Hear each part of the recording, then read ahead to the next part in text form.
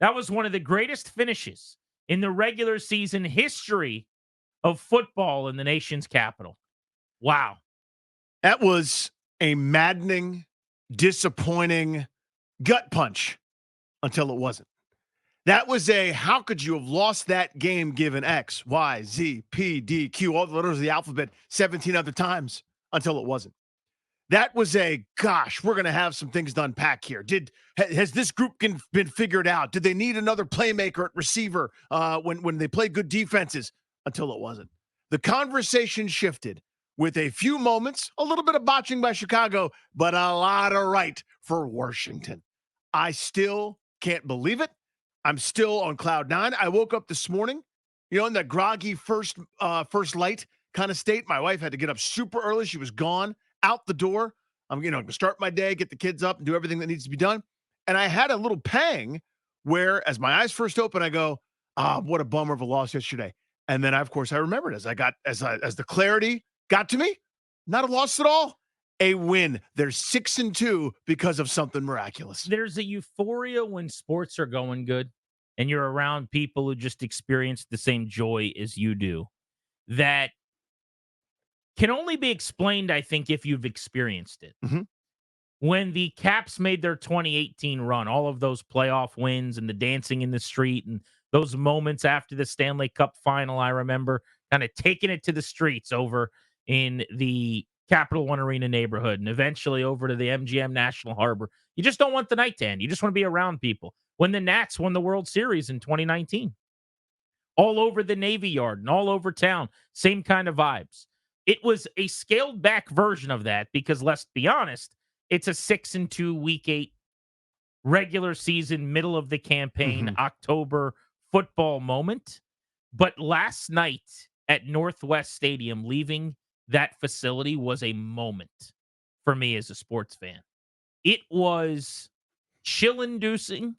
It was as happy as I've seen that fan base and those parking lots in my entire life.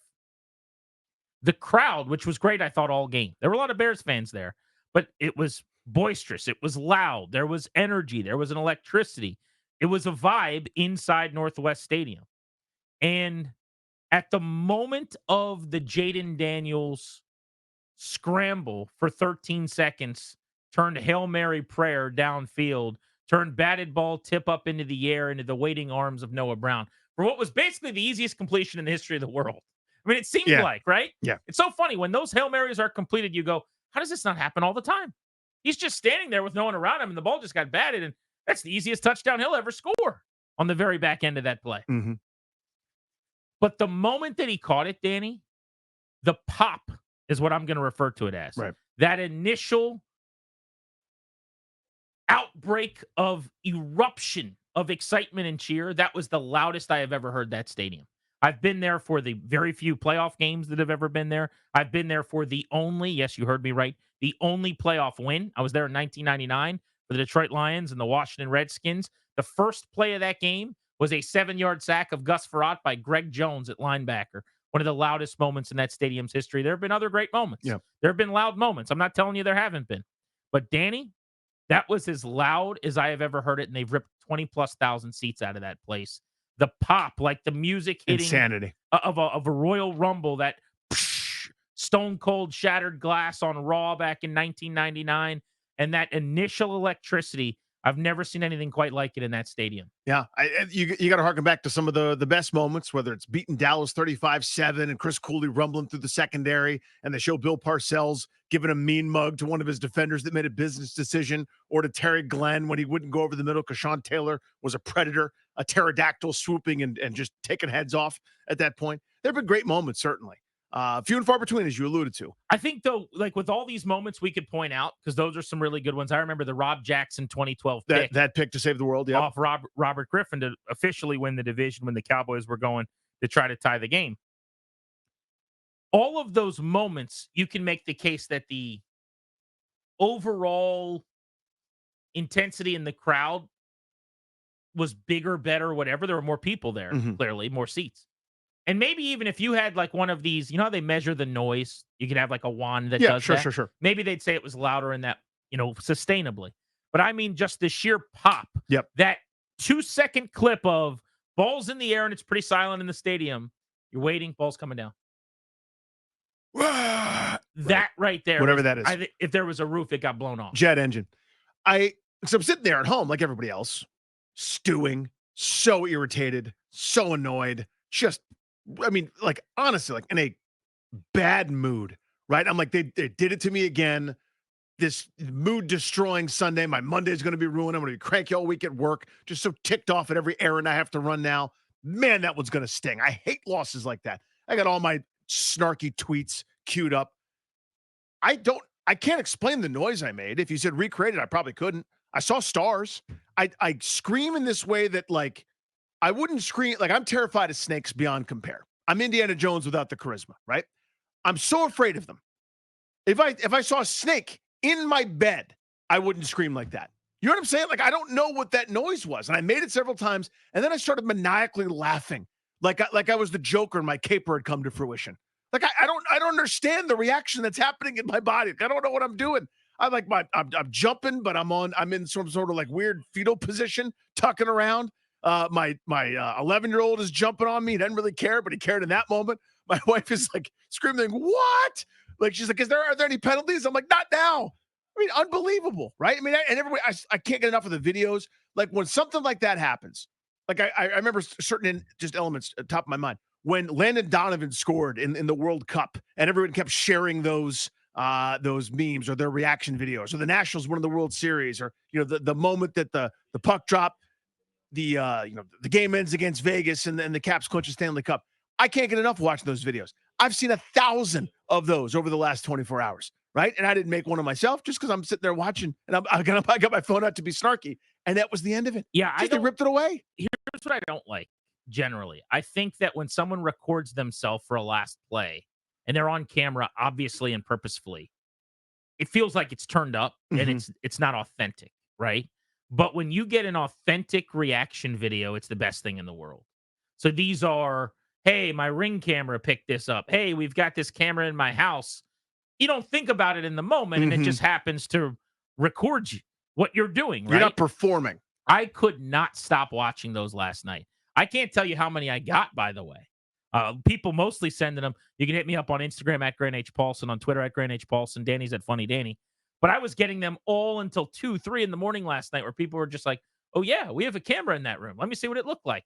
Everything from a giant party of people outside, look like multi-rooms of a house where everyone's giddy and picking up their kids and hugging and kissing them. There was a couple, this guy sent me on Instagram, him and his wife are in a house with a sleeping baby. These are always the best. Yeah. And they jump out of the couch and they're like scream whispering. They're like, I can't believe it. And she's like, how did this happen? And their hands are on their head, but the baby's right above them. And if you have a baby, you know. Oh, you know. The only thing more important than the emotions you're feeling, than the juice is flowing through your body right then, is making sure that baby don't wake up. That's a night ruiner. Yeah. That might be a day ruiner tomorrow. I was going to say, that's not a temporary one. That's now you're offset for the week. Have you seen Toby's reaction? Yeah. So this was great. So they were on camera doing a live show on 106.7 The Fan, he and Lenells. And Wholesome Tobes just screaming, oh my gosh, over and over again. Just losing his absolute mind on camera was pretty funny. Oh my God! No way! No way! You've got to be kidding me! Holy cow! You can't be serious! My favorite thing about this, other than just giddy Toby, is this is radio. Yeah. There has been no acknowledgement that there was a touchdown scored. So someone, I guess you're driving around. Now, if you really care that much about the game, maybe you're doing something else and you just want to have that as second viewing with him and Lenells. But just, I guess you're assuming with the screaming. Right, with the positive, like something positive happened there. Right, but there's no... It's probably bigger than just a flag at the one. Right, yeah. like, think about from a play-by-play perspective, and they're not allowed to do play-by-play, obviously, on this station. But it's just so funny that they're just silence for several seconds. Lenells laying on the ground for some reason. I don't know where he went. He started yelling and then laid on the ground and then got up and told people to meet him in Largo. But the whole reaction was perfect, and I'm so glad it was on camera. everybody goes from having your heart broken by the Bears getting into the end zone, because you also had that glimmer of hope, that little voice in the back of your head that has been right all season going, maybe they won't let him in the end zone. Maybe they'll get a turnover. Yeah, stupid voice. They're at the goal line. They're about to score. They're going to take the lead. Maybe they'll fumble. Maybe they'll give it to their fat lineman from the 1 yard line for some reason who's an up back. And then they do, and then they fumble, and then you get the ball, and you have another chance. And time again, this offense, which actually put up numbers, they moved the football, they amassed yards, they got into the red zone, Danny. They had chances to put the game on ice over and over a million times and over and over again, and they just consistently didn't do it. And the defense was asked to bail them out time and time again. And oddly, in this 2024 season where the offense has been spectacular and the defense has not been that at all, they kept doing it. And then finally the Bears score, and you go, I knew it. Yeah, like you just, they both deserved, it's such a weird word. They both should have absolutely won that game. 100% should have won that game. Like, there's no question they deserve to win the game. They also deserve to lose that game with some of the, with again, the bizarre, like, we can't get the play in, or I'm not sure what formation this is. Well, I'll say this, though. They were the better team in the game. Yeah. Like, categorically.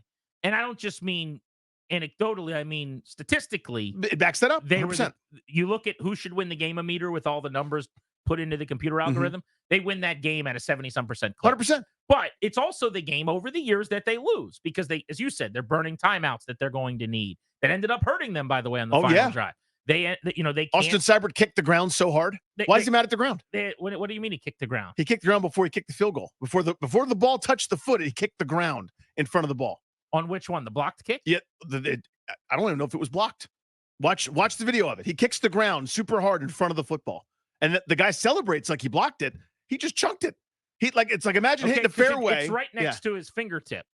Yeah. So even going back and rewatching it today, I just rewatched the condensed game. I assumed it hit his fingertip. So that's a clean miss without a block. Yeah. Imagine that's at least what they said on the telecast. I mean, imagine you're hitting a golf ball on the fairway, and you hit ground. And you just miss 2 inches in front of the ball, and it goes 9 feet. So I've been calling it a block kick, but miss kick, let's say. Botch for sure. So you leave those 3 points on the field. 50+ yards. I mean, it's not a gimme, but you still, that in this league I'd like right to see now, it go up there. 51. You got to hit that.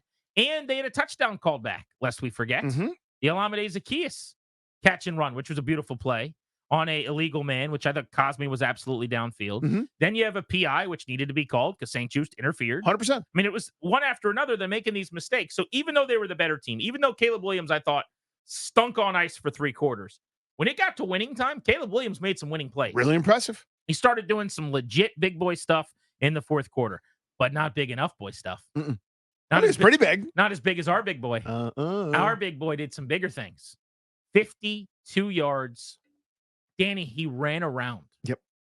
For 13 seconds and didn't even really have to throw it when he threw it. I mean, it's kind of like getting engaged when you've dated for a bunch of years. It's kind of like going to college after high school. You're just supposed to do it. So he decided to throw it. But if you notice, there's not someone about to hit him. He could have reset and gone back to the other side. Yeah, the one guy pursuing him, Nick Allegretti, took him into Cleveland. I mean, a couple of those dudes are laying on the ground because they've been pancaked. They're tired. And the other ones have it's like a hockey shift at the end of the shift where you're just standing on your edges, You're just kind of out there with your stick, moving it around a little bit. They haven't been able to change Joe Big. He's just going left to right to left. It would have been funny if how long could you keep doing? He could still be doing it right now. If he felt like it. And we're just waiting. We're on air live now, and we're doing the reaction, the Toby and the Lenells reaction to his throw. But 13 seconds felt like an eternity. Everyone's, I don't know what you were saying, but I'm going, throw it, dude. Throw it. And it was perfect. Goal line. It's a 500 scrum in your backyard. Who's going to come down with it? And they designed the diamond formation down there where you've got front man, back man, 2 on the edges, and everything kind of comes to fruition beautifully. Especially helpful that the Bears decided, at least in part, to care more about the crowd than the play. That was also helpful. Wasn't that delightful? And it's not lost to me. So I said this to my wife. I said, wouldn't it be amazing if the guy that Terry McLaurin was drawing with, now Terry gets up after a big catch and is barking at this dude. I don't think he liked something about that play, whether it was a hit, he thought it was maybe a cheap shot or something. You see what he did? I didn't see exactly, so no. McLaurin's kind of back, like butts basically on the ground, kind of Mhm. back to Stevenson, who comes flying in Yeah. and pops him right in the middle of the back. I mean, it was not a good looking play. You can make the case he was still alive in Stevenson's mind when he launches, but it's still not a clean, like good looking play in the sense of if you're looking at this as a fraternity where we're all in this thing together, I got to get you on the ground, but there's a right way and a wrong way to do it. McLaurin did not like that hit. He thought it He was didn't like it at all. So lowbrow. so there was some chirping, and that guy, is in multiple people's faces, and everybody. And I decided I don't like you anymore. I didn't know much about Tyreek Stevenson beforehand, but now I'm going. You're on my list. Don't forget Terry, seen in 5K, highest definition ever, telling him You uh, are no. in I will quote this, "You ain't S." Oh, you ain't right, and you are. I was And trying to that remember if was you are. certainly confirmed on the Hail Mary. Yeah, they got it a couple times. And so I'm like, wouldn't it be great if that was the guy whose fault it was? I'm not even kidding. I didn't know. Then the video starts circulating where he's doing like a Degeneration X going, type promo to like fans. I don't know who he's yelling at or what. He's telling them to pipe down. Well, Noah Bears, Brown yeah, is 15 yards downfield. yeah. He's been running for 2 seconds. And Tyreek Stevenson's going, "No cigar for you in the parking lot today, tailgate Ted. Yeah, tailgate Ted. No cigar for you. Where's Rally Captain? Where is he?" Noah Brown's just running down the He's field. running by. And so then, of course, he's the guy that comes swooping over as the ball's in the air. It touches his stupid hand, and that stupid clown shoe loser, that absolute chotch, that dude who should be on the unemployment line today, if I were in charge, that's the guy whose fault it is. Perfect. Just perfect. Please, please enjoy that silent plane ride home. Please suck on that disappointment for a while. When breaking down the play today, Mm-hmm. the head coach of the Bears, Matt Eberflus, who, by the way, is not a particularly good head coach. Yeah, not a clinic from him either. That is a terribly coached team. What a waste of talent they are. Mm-hmm. DJ Moore, Roma Dunze, Keenan Allen, Mm-hmm. a cavalry of decent backs. Now, they didn't hand it to at the goal line. They were busy handing it to an offensive lineman. What a joke that decision and just some of the things they did throughout the game. That performance they had, that dud was off of a bye. Yeah. Oh, by the way, Mm-hmm. a bye. They had 2 weeks to prepare for that one. Yep. But Matt Eberflus, who will be the coach of the Bears probably for another couple of months, and then they'll try to pry Ben Johnson out of Detroit or whoever they'll go get to pair an offensive mind with Caleb Williams. Eberflus said Tyreek Stevenson was expected to box out Noah Brown on the Hail Mary. His job is to park in front of him and make sure that if there's a deflection, he can't grab the rebound. But it's hard to do that. How'd that go? When you're yelling at our callers, when you're talking S with our listeners who are sitting in section 214. Yeah. Hard to live up your responsibilities there. That's a Hall of Fame embarrassing. You don't come back from that moment. He's actually a good player, by the way. Uh-huh. I don't know how much of a file people have. I've heard a lot of people saying today that they should cut him. You can't cut him. He's very good. I don't know what you do, but he gets punished. Something happens. It would be severe if old Randy Douye was in charge.